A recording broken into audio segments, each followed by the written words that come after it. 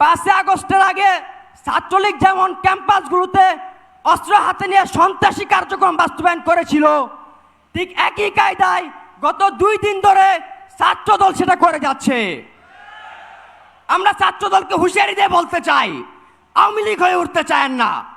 যদি আওয়ামী লীগ হয়ে উঠতে চান, এই জাতি আপনাদেরকেও প্রতিহত করবে। আওয়ামী লীগের মতো অস্ত্র ব্যবহার করতে যায় না। এই জাতি যদি একবার আপনাদেরকে মন থেকে উঠিয়ে ফেলে, আপনাদেরকেও পলাতে বাধ্য করবে।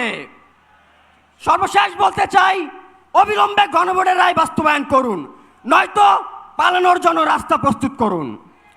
যে হাত এবং পায়ের উপরে চোখের উপরে ভর করে আজকের জাতীয় সংসদ, সেই জাতীয় সংসদে যারা গণভোটকে বাতিল করে দিয়ে আবার নতুন এক ফেসিবাদের জন্ম দিতে চান, সেই গণভোটের রায় বাস্তবায়নের লক্ষ্যে এখন আপনাদের সামনে বক্তব্য রাখবেন আমাদের প্রিয় জুলাই যোদ্ধা, যিনি তার দুটো হাতের একটি হাত এই বাংলাদেশের জন্য ইতিমধ্যেই উপহার দিয়েছেন, জুলাই যোদ্ধা জনাব আতিকুল ইসলাম। ভাই আতিকুল ইসলাম এখন আপনাদের সামনে বক্তব্য রাখছেন। আসসালামু আলাইকুম প্রিয় সম্মানিত উপস্থিতবৃন্দ এবং সাংবাদিক ভাই ও বোনেরা, আমি প্রথমত কৃতজ্ঞতা প্রকাশ করছি বাংলাদেশ জামায়াতে ইসলামীকে, যারা জুলাই গণঅভ্যুত্থানের আহত এবং শহীদ পরিবারদের নিয়ে এত সুন্দর একটা প্রোগ্রাম আয়োজন করেছেন। এরই পাশাপাশি এই প্রোগ্রামে আমাকে ইনভাইট করেছেন। পাইতারা করার পরিকল্পনা করছে। তারা ভেবেছে গণভোটের গণরায়কে গলা টিপে হত্যা করে এই জাতিকে তারা দাসের মতো ব্যবহার করবে, কিন্তু তারা ভুলে গেছে এই জাতি কখনো দাসের মতো ব্যবহৃত হওয়ার জন্য প্রস্তুত নয়। সেটা 1947 থেকে 2024 পর্যন্ত প্রমাণ হয়ে এসেছে। তারা যদি মনে করে এই জাতিকে দাসের মতো ব্যবহার করে তারা সামনের দিকে এগিয়ে যেতে চাইবে, তাহলে তারা বুকার স্বর্গে বাস করছে। এই জাতি কখনো দাস হিসাবে ব্যবহৃত হবে না। প্রয়োজনে এই জাতি আবারও রাজপথে নেমে রক্ত দিবে। আমরা তাদেরকে স্পষ্ট ভাষায় বলে দিতে চাই, 70% জনগণের গণরায়কে অবিলম্বে বাস্তবায়ন করুন। আমরা সকলেই জানি কারচুপির মাধ্যমে 49% ভোট পেয়ে আপনারা সরকার গঠন করেছেন। সুতরাং 70% জনগণের গণরায়কে গলা টিপে হত্যা করতে চাইলে এই দেশ থেকে আপনাদেরকে পালাতে হবে। ও দুঃখিত, গত 17 বছর শেখ হাসিনা ভারতের দাস হয়ে পালানোর জন্য রাস্তা তৈরি করেছিলেন, কিন্তু আপনারা তো গত 2 মাস আগে ক্ষমতায় এসেছেন, সবেমাত্র দালালি শুরু করেছেন, এখন পর্যন্ত তো সেই পথ তৈরি করতে পারেননি। সুতরাং আপনারা পালানোর পথ পাবেন না। প্রিয় বন্ধুরা, ইতিমধ্যে আমরা দেখতে পাচ্ছি 5 আগস্টের আগে ছাত্রলীগ যেমন ক্যাম্পাসগুলোতে অস্ত্র হাতে নিয়ে সন্ত্রাসী কার্যক্রম বাস্তবায়ন করেছিল, ঠিক একই কায়দায় গত 2 দিন ধরে ছাত্রদল সেটা করে যাচ্ছে। আমরা ছাত্রদলকে হুঁশিয়ারি দিয়ে বলতে চাই, আওয়ামী লীগ হয়ে উঠতে চান না। যদি আওয়ামী লীগ হয়ে উঠতে চান, এই জাতি আপনাদেরকেও প্রতিহত করবে। আওয়ামী লীগের মতো অস্ত্র ব্যবহার করতে যায় না। এই জাতি যদি একবার আপনাদেরকে মন থেকে উঠিয়ে ফেলে, আপনাদেরকেও পলাতে বাধ্য করবে। সর্বশেষ বলতে চাই, অবিলম্বে গণভোটের রায় বাস্তবায়ন করুন, নয়তো পালানোর জন্য রাস্তা প্রস্তুত করুন।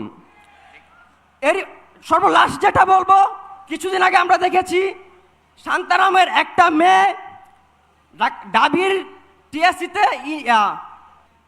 আল্লাহু আকবার স্লোগান দেওয়ার কারণে তার থেকে মাইক কেড়ে নেওয়া হয়েছিল।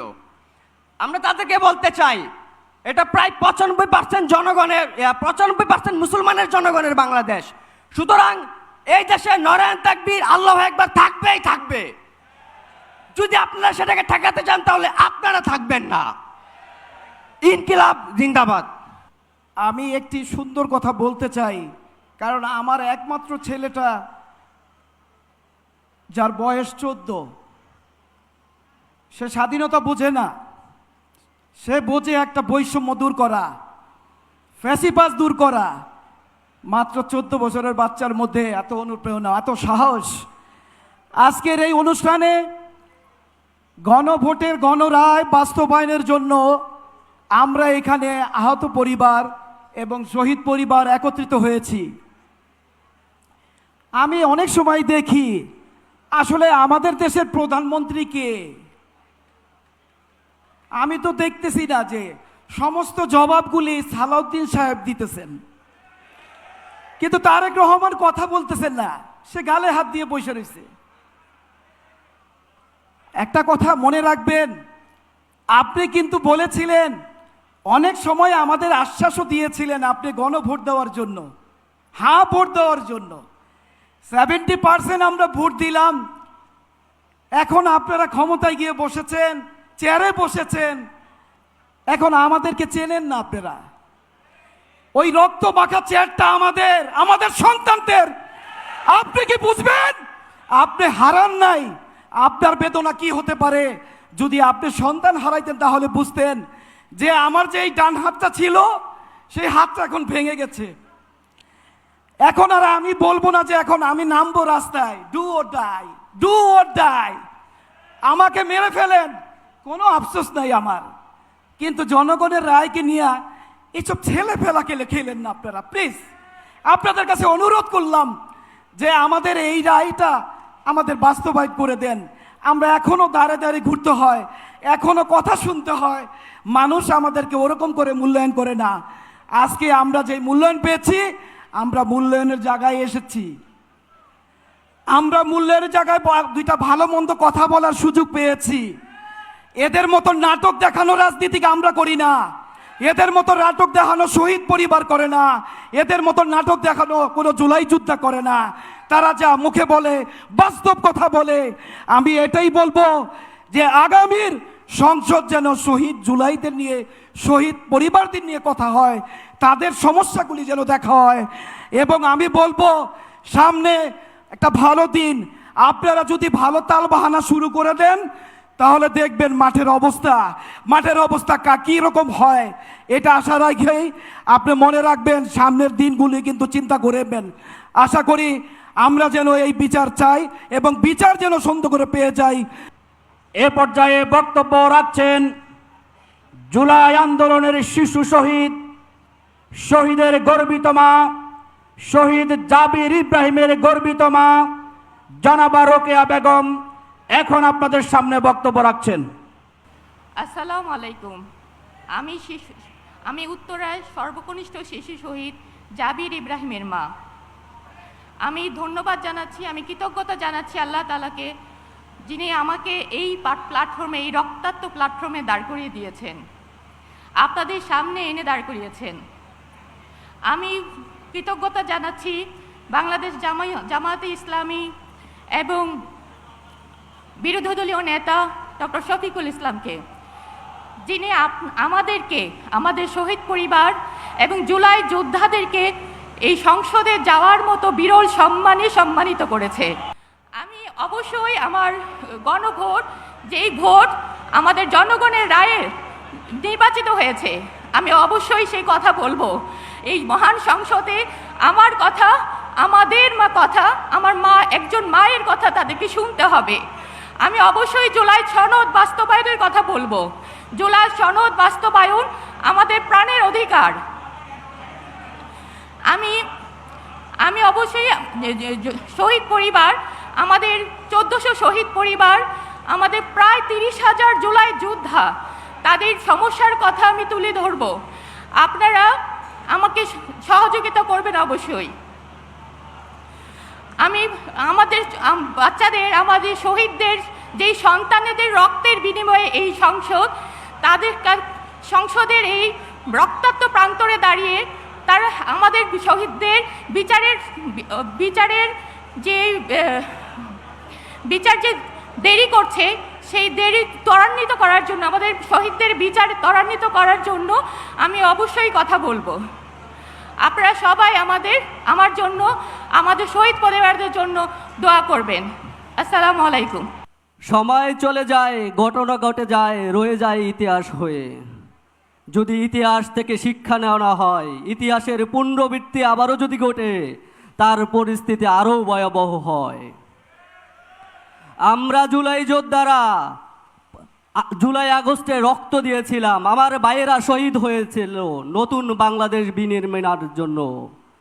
কিন্তু আমরা দেখতে পেয়েছি চট্টগ্রামে সেই হেলমেট বাহিনীর মতো হাতে অস্ত্র নিয়ে আবারও ফ্যাসিবাদী কায়দায় রাষ্ট্রকে দখল করার চিন্তা করছে।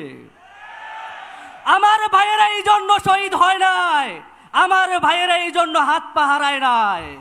আমরা চাচ্ছি নতুন বাংলাদেশ, সংস্কারের বাংলাদেশ। আমরা 70% মানুষ ভোট দিয়েছি গণভোটের পক্ষে। সেই গণভোটকে আপনারা বৃদ্ধাঙ্গুলি দেখিয়ে, গণরায়কে বৃদ্ধাঙ্গুলি দেখিয়ে জুলাই সনদ বাস্তবায়ন করতে চান না। আমরা প্রধানমন্ত্রীকে বলতে শুনি আমরা জুলাই সনদ বাস্তবায়ন করব, কিন্তু সেটা কবে? কোনো ধরনের যদি কিন্তু ছাড়া, কোনো ধরনের ফুল স্টাফ ছাড়া, দাড়ি কমা সেমিকোলন সহ জুলাই সনদে যা কিছু আছে জুলাই সনদ বাস্তবায়ন করতে হবে। জুলাই সনদ বাস্তবায়ন না করলে জুলাই যোদ্ধা যারা বেঁচে আছি, শহীদ পরিবারের সদস্য যারা বেঁচে আছে, সকলকে নিয়ে ওই পার্লামেন্ট আবার ঘেরাও করব। ওই পার্লামেন্টে বসে দেখি আমাদের জ্বালানি মন্ত্রী কি মিথ্যা কথাটা বলে। আপনারা চিন্তা করতে পারেন, আমার তো মনে হয় তার পদত্যাগ করা উচিত। পার্লামেন্টের মতো জায়গায় বসে তিনি বলেন আমাদের জ্বালানি কোনো সংকট নাই। যদি জ্বালানি সংকট না থাকে তাহলে এই জ্বালানির দাম কেন আপনারা বৃদ্ধি করলেন? পাম্পে পাম্পে এত গাড়ির সিরিয়াল কেন? কেন কারেন্ট থাকে না? এর জবাব আপনারা দিবেন। আমাদের শিক্ষামন্ত্রীকে নিয়ে একটু বলতে চাই। মাননীয় শিক্ষামন্ত্রী, আপনি হেলিকপ্টার নিয়ে নিয়ে কেন্দ্রে যান, এটা খুবই ভালো উদ্যোগ, কিন্তু আপনি তো শিক্ষামন্ত্রী, একটু মানবিক শিক্ষা দেন আপনার বন্ধুদেরকে, আপনার পার্লামেন্টের সদস্যদেরকে। আপনি বিশেষ করে জ্বালানি মন্ত্রীকে একটু শিক্ষা দিয়েন, যে কিনা পার্লামেন্টের জায়গায় বসে জনগণের সাথে মিথ্যা কথা বলে। এইরকম মিথ্যা কথা বলা মানুষ আমরা দেখতে চাই না। আমার ভাইয়েরা এসএসসি পরীক্ষা দিচ্ছে, সামনে এইচএসসি পরীক্ষা, বাসায় কারেন্ট থাকতেছে না, গরমে মানুষ অতিষ্ঠ, আপনারা ঠিকঠাক কারেন্ট দিতে পারতেছেন না, আপনারা বলেন জ্বালানির কোনো সংকট নেই। সুতরাং এইসব তালবাহানা বন্ধ করে জুলাই সনদ বাস্তবায়ন করে সুন্দর সংস্কার করে এবং সুন্দর একটি পার্লামেন্ট আমাদেরকে উপহার দিন। আমাদেরকে অনেকে বলেন ভাই এইভাবে কথা বলেন, আপনাদের জীবনের ভয় নাই। আরে ভাই, এখন তো বোনাস লাইফ লিড করতেছি। হাসিনার আমলে গুম করেছিল, কারাগারে দিয়েছিল মিথ্যা মামলা দিয়ে। ওই হাসিনার পুলিশ আমার পায়ে গুলি পর্যন্ত করেছিল, আমাদেরকে ঠেকাতে পারেনি। এই কণ্ঠের যতদিন ধ্বনি থাকবে ততদিন ইনসাফের পথে কথা বলে যাব, কোনোদিন কোনোভাবে নত স্বীকার করব না। আমাদের মাননীয় প্রধানমন্ত্রী তারেক রহমান সাহেব বলেছিল, যার ওয়াদা ঠিক নাই তার কোনো ধর্ম নাই। উনি তো ওয়াদা পূরণ করলেন না। উনি কোন ধর্মের আমি জানি না, তবে আমরা সবাই মুসলমান। আমাদের একটাই দাবি, জুলাই সনদ বাস্তবায়ন করতে হবে। কেন? আমরা অনেক রক্ত দিয়েছি, অনেক জীবন দিয়েছি, এটা বাস্তবায়ন করতে হবে।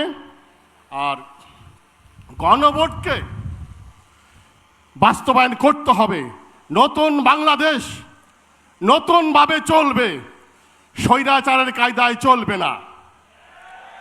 যদি আমাদের এই শহীদদের দাবি পূরণ না করেন, জুলাই বাস্তবায়ন না করেন, আমাদের 11 দলীয় নেতাকর্মী আছে, ডক্টর শফিকুর রহমান সাহেব আছেন, ওনারা যখন ডাক দিবে আবাবিল পাখির মতন আসবেন। এখন তো আমরা এইখানে সমাবেশ করি, পরবর্তীতে এমন জায়গায় করব উনি বাসভবন থেকে বের হতে পারবে না। এখন আমরা লিমিটের মধ্যে আছি। গত রাত্রেও আমি অনেক কান্না করছি আমার মেয়ের জন্য। আমরা বুঝি আমরা কি হারাইছি। যাদের চক্ষু নাই, হাত নাই, পা নাই, তাদের দিকে তাকাইলে ভালো লাগে না।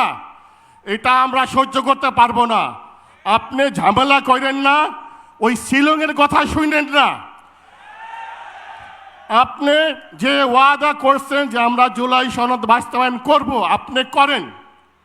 আপনার মাকে আমরা অনেক ভালোবাসি, এত মানুষ হয়েছে আপনার মায়ের জানাজায়। আমাদের জন্য হাসিনা থাকলে আপনার মাকে জানাজা দিতে দিত না, এই দেশে কবর দিতে দিত না। আপনার বাবার কবরও ভাঙার কথা ছিল। আজকে আপনি দেশে আসছেন আমাদের জন্য, আর আমাদেরকে বলেন গুপ্ত, এইগুলি বললেন না। আমরা আপনাকে ভালোবাসি, দেশটা ভালো মতন চালান, ওই স্বৈরাচার হাসিনার মতন চেষ্টা করেন না, আমাদেরকে উত্তপ্ত করেন না। আমরা অনেক কষ্ট নিয়ে বেঁচে আছি। আমরা রাজপথে নামলে এটা ভাববো না যে কয়জন মরবো, তবে আপনারা পালাইতে জায়গা পাবেন না। আমি আবারও অনুরোধ করতেছি প্রধানমন্ত্রী তারেক রহমান সাহেবকে, আপনি সুন্দরভাবে আমাদের নেতৃবৃন্দের সাথে ডক্টর শফিকুর রহমান সাহেব বসেন, আমাদের এই সমস্যার সমাধান করেন, নতুন ভালো একটা বাংলাদেশ উপহার দেন। স্বৈরাচারী করার চেষ্টা করেন না। হাসিনা থাকতে পারেন 17 বছর, আর আপনি তো কয়েক মাস ধরে আইছেন। অতএব আজকে আর বেশি কিছু বলবো না, কথা একটাই, জুলাই সনদ বাস্তবায়ন করেন, গণভোট বাস্তবায়ন করেন, আমরা শান্ত থাকবো, নতুন বাংলাদেশ সুন্দর মতো চালান, এইটাই আপনার প্রতি আশা। আসসালামু আলাইকুম।